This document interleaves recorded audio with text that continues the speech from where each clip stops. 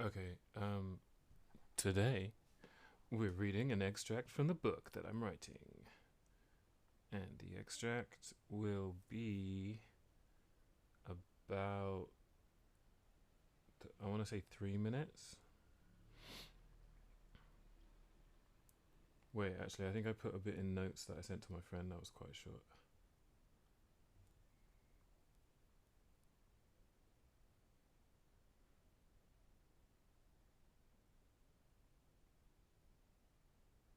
It was after that.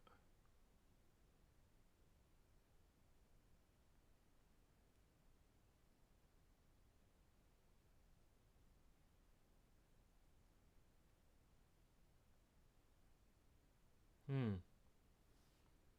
was before that. I think there's a folder that says shared, normally.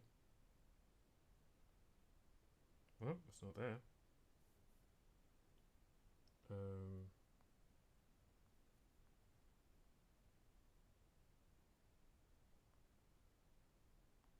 oh, okay, it's because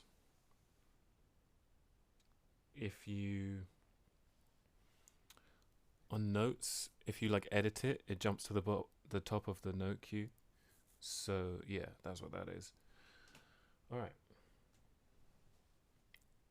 The Cave by the River of Memory. It's a pretty douchey title, to be honest. It was late on a summer evening. I had no energy left to devote to pastimes and pleasantries.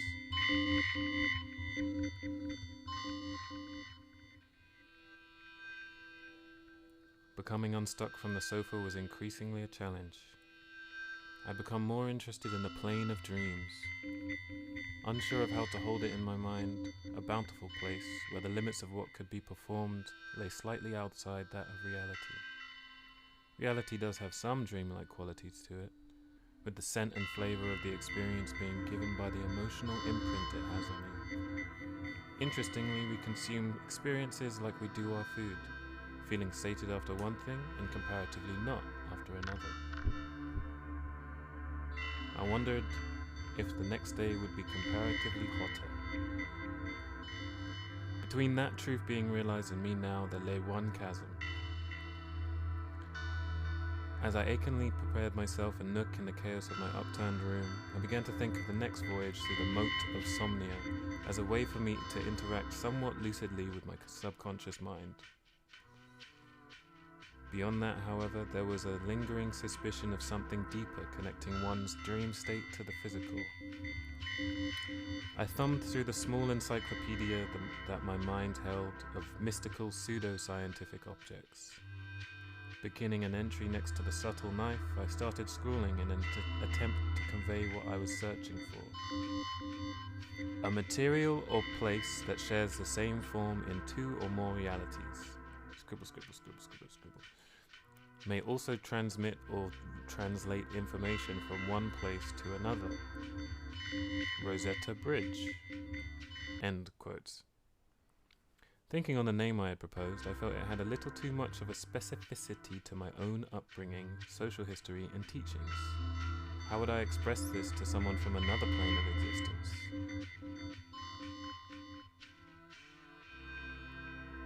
Who fucking knows?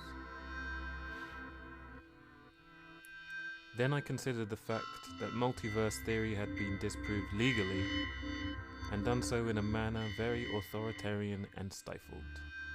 Normally exist where all life lives, together. Naturally, we live... Naturally, we exist where all life lives together in a single physical universe.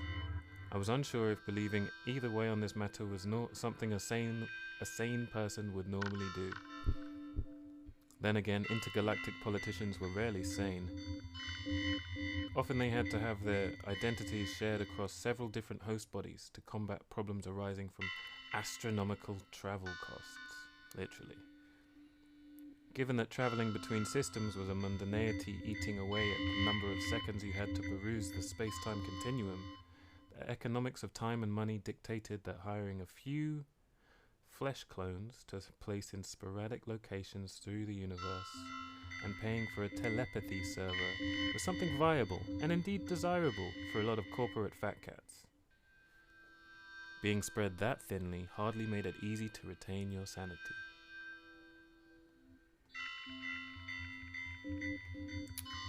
Alright, that was an extract from a book that I'm writing. It's called The Cave by the River of Memory. That chapter is called The Cave by the River of Memory. And the book itself, I think, was originally called Fractured Lifetimes. Now I think it's called The Mount of Count